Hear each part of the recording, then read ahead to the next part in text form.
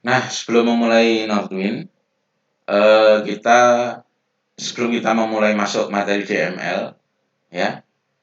Nah, kita berkenalan dulu ya dengan database-nya, ya, dengan database yang kita gunakan. Di sini nama database-nya adalah database Northwind ya, database Northwind.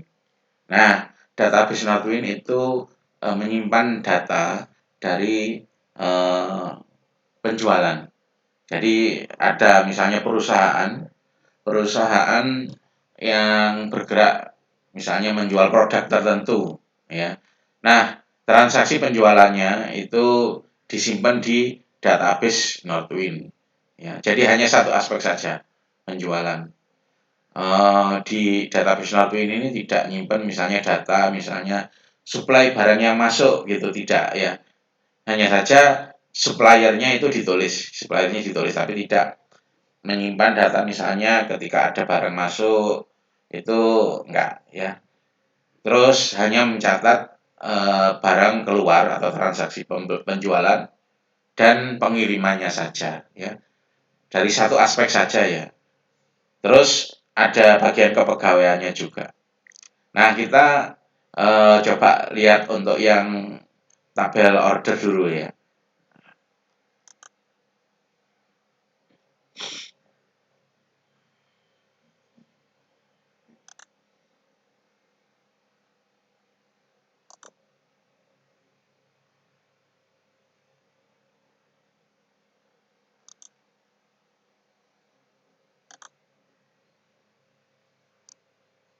Nah, ini tabel order ya. Tabel order di sini fungsinya untuk mencatat data transaksi di sini ya, data transaksi. Jadi kalau ada perusahaan membeli barang dari Northwind ini, dari perusahaan yang dibuat database-nya, maka data-data transaksinya itu disimpan di tabel order. Ya. Nah, ini tabel order, isinya ada order ID, kemudian customer ID, ya, employee ID, ya. Nah, ini untuk tabel order, primary key-nya adalah order ID. Ya. Nah, di sini customer ID itu foreign key ya, foreign key yang merujuk customer-nya. Jadi, siapa yang membeli? Siapa yang membeli? Nah, sayangnya kalau di ERD versi yang tabel Northwind ini tidak kelihatan bahwa customer ID itu foreign key. Anda bisa mengetahui dengan membuka DDL-nya tadi ya. Jadi SQL DDL-nya Northwind Anda buka, nah, Anda lihat proses create tabelnya tabel order, siapa saja atau kolom mana saja yang digunakan untuk foreign key. Ya. Order date, ya, tanggalnya, require date, kapan barangnya dibutuhkan, dan seterusnya. Ya. Jadi di sini ordernya ada primary key-nya adalah order ID. Ya. Dan tabel order itu bertugas untuk menyimpan data penjualan. Kemudian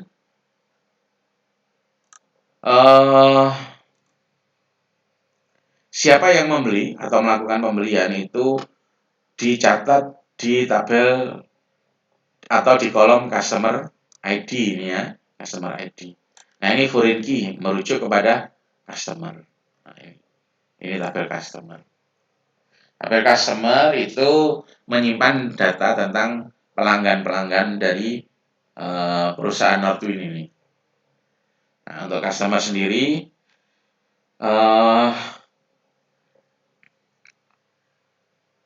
kolom-kolomnya customer ID, customer name, maksudnya nama perusahaan customernya ya, contact name ya, kontak person dari perusahaan, kontak title, gelar ya, gelar dari kontak personnya, address, city dan seterusnya. Nah, untuk lambang di sini agak berbeda dengan yang kemarin saya ajarkan ya, nggak masalah karena memang banyak versinya. Di sini untuk lambang one to many, one itu adalah bagian yang ada kuncinya. Nah, ini ya. Terus ini bagian many. Jadi ini one, ini many. Ya. Kemudian kita lihat tabel order. Nah, tabel order ini punya relationship dengan ini ya, tabel produk. Kalau kita melakukan order kan pasti harus dicatat produknya apa saja, ya. Nah, di sini dengan tabel produk ini. Namun cardinality-nya antara order dengan produk adalah many to many. Satu order bisa beli banyak produk, ya. Satu produk itu bisa muncul di banyak order sekaligus. Nah, seperti itu. Nah, ingat bahwa untuk relationship many to many, nah, nanti akan memunculkan tabel persimpangan ya, atau tabel antara. Nah, inilah tabel persimpangannya ya. Nah, ini ya, yang tengah, ini tabel persimpangannya. Ya, order detail. Order detail.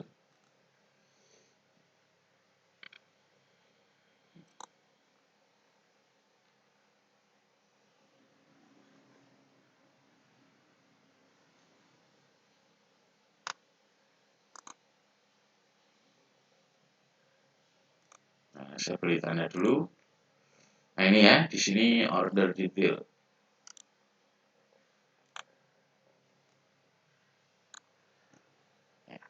Untuk tabel produknya, kolomnya produk ID di sini ya, produk ID, product name, supplier ID, kategori ID. Nah, di sini yang diberi tanda hanya untuk primary key-nya saja ya. Padahal di sini ada 2 foreign key sebenarnya. Nah, kalau ingin tahu, Anda buka lagi DDL-nya ya, DDL dari Northwind. Nah, itu nanti Anda akan tahu. Di sini coba saya tandai dulu ya, foreign key-nya. Untuk order itu ini ya, customer ID, employee ID. Untuk customer ID itu merujuk kepada perusahaan mana yang melakukan pembelian, ya, di tabel customer. Untuk employee ID itu merujuk kepada employee yang memproses transaksinya. Kemudian untuk produk di sini ada 2 foreign key-nya, yaitu supplier ID. Supplier ID itu merujuk ke tabel supplier, itu untuk menunjukkan perusahaan apa yang atau nama perusahaannya yang menyuplai barang tersebut. Jadi yang menyuplai kepada perusahaan Northwind ini ya. Kemudian kategori ID ini foreign key juga. Nah, itu merujuk ke tabel kategori. Tabel kategori ini merujuk kepada tabel kategori. Jadi satu barang itu kan punya kategori ya. Jadi misalnya Pocari Sweat, nah itu masuk kategori minuman ya. Terus mungkin Ciki masuk kategori cemilan, nah, dan seterusnya. Nah, kalau kita ingin tahu kategorinya itu kita cek di tabel kategori. Di sini di produk cuman dituliskan ID-nya saja. Nah, dia foreign key. Ya. Kemudian di order detail. Nah, order detail seperti yang sudah kita sebutkan tadi ya, merupakan tabel antara ya, atau tabel persimpangan. Ya, di sini dia punya foreign key order ID. Order ID itu merujuk kepada ID ordernya, tabel order ya, di tabel order. Kemudian produk ID itu merujuk ke produk yang dibeli. Ya, jadi contoh saya beli di Indomaret, beli sabun dan pasta gigi. Sabun 2, pasta gigi 1, ya. Nah, di manakah transaksi tersebut tidak akan disimpan? Tentu nggak bisa di order. Kenapa? Kalau disimpan di order akan menimbulkan multi value attribute, ya. Kan nggak boleh ya kalau di tahap ini ada multi value attribute. Satu Excel isinya banyak. Saya kan beli 2. Sabun 2, terus odol 1. Nggak boleh disimpan di order. Disimpan di produk juga nggak boleh ya. Juga akan menyebabkan multi value attribute Bagaimana caranya? Nah, caranya adalah disimpan di tabel perantara atau tabel persimpangan ini. Ya, karena saya beli dua produk, maka akan disimpan dalam dua baris ya, dalam dua baris. Nah, misalnya order ID-nya adalah O001, misalnya O1.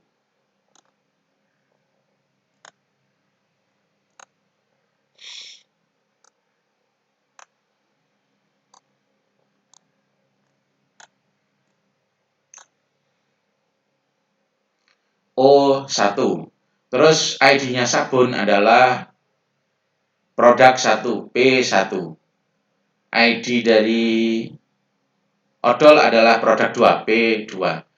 Jadi disimpan di sini dalam dua baris. Yang pertama, baris pertama adalah O1, kemudian P1. Ya. Jadi transaksi O1 itu membeli produk 1. Nah, produk 1 adalah ID produknya ya. ID produknya. O1 adalah ID ordernya. Nah, kemudian O1 transaksi yang sama, jadi disimpan dalam dua baris ya, di order detail, itu beli produk 2. Nah, kolom order ID ya, dan produk ID ini, selain berfungsi sebagai foreign key, itu juga berfungsi sebagai primary key. Boleh ya, jadi primary ada kolom berfungsi sebagai foreign key sekaligus primary key ya. Dan jadi di sini primary key-nya adalah komposit ya, terdiri atas beberapa kolom. Kemudian kuantitinya ditulis di kolom ini. Ya, ditulis di kolom quantity. Nah, saya harap Anda paham ya tentang kolom atau tabel persimpangan ini atau tabel antara, karena ini penting dan banyak disalah pahami oleh mahasiswa. Ya. Nah, selain ditambahkan di order detail, kita juga menambahkan order tersebut di tabel order. Jadi kalau ada transaksi, dia dicatat di dua tabel sekaligus. Ya. Tabel order, kemudian ada order detail. Untuk tabel order itu berisi tentang keterangan ordernya atau pemesanannya atau transaksinya yang sifatnya umum ya, yang sifatnya umum. Order ID, customer ID, employee ID, order date, dan seterusnya. Untuk barang yang dibeli beserta kuantitasnya itu disimpan di order detail. Nah, itu Anda harus memahami ya. Kemudian tabel employee, ini berisi data tentang employee ya. Ini. Kemudian tabel supplier, berisi data tentang pemasoknya. Jadi misalnya kalau ada barang di sini harus dicatat siapa pemasoknya. Ya. Terus tabel kategori berisi data tentang kategori barang. Jadi di sini kalau ada produk tertentu harus dicatat kategorinya apa. Apakah minuman, makanan, dan seterusnya. Di sini ada tabel shipper ya. Ada tabel shipper. Shipper itu berisi perusahaan pengiriman barang. Jadi kalau ada order, itu ketika dikirim itu harus dicatat siapa yang mengirimkan. Nah, di sini perusahaan pengiriman barang yang ada itu dicatat di shipper. Kemudian untuk transaksi tertentu dia menggunakan shipper apa, itu ditulis di kolom ship via. Nah, jadi ship via ini merupakan foreign key ya, yang merujuk ke shipper. Jadi dikirim lewat JNE atau Tiki gitu. Nah, itu kita bisa melihat dari ship via-nya. Keterangan lebih lanjut tentang perusahaan pengirimannya bisa dilihat di shipper. Ya. Nah, Itulah tabel-tabel yang termasuk yang paling penting saja yang saya jelaskan untuk database Northwind ya. Jadi Anda harus memahami tabel-tabel yang ada di sini ya. Jadi yang harus Anda pahami yang pertama ya, tabel ini menyimpan data tentang apa. Itu ya, yang pertama harus Anda pahami ya. Yang kedua, relationship-nya, terutama maknanya. Kenapa kok order punya relationship dengan employee? Ya. Kenapa kok order punya relationship dengan customer? Apa maknanya? Di sini Anda harus juga paham tentang foreign key ya. Jadi relationship itu implementasinya ada di foreign key. Nah, terus ini ada juga yang menarik di sini employee. Ada self relation ya, jadi relasi dengan dirinya sendiri. Nah, itu boleh ya. Nah, kalau Anda sudah agak lupa, coba buka lagi materi tentang serba-serbi database. Di sana sudah dijelaskan ya. Jadi relationship-nya ini menunjukkan hubungan apa ya, supervisor dengan bawahan. Ya, jadi setiap employee di tabel employee punya satu supervisor. Nah, supervisor sendiri juga punya supervisor. Ya, kecuali yang paling atas itu tidak punya supervisor lagi. Satu supervisor bisa mengawasi beberapa employee sekaligus.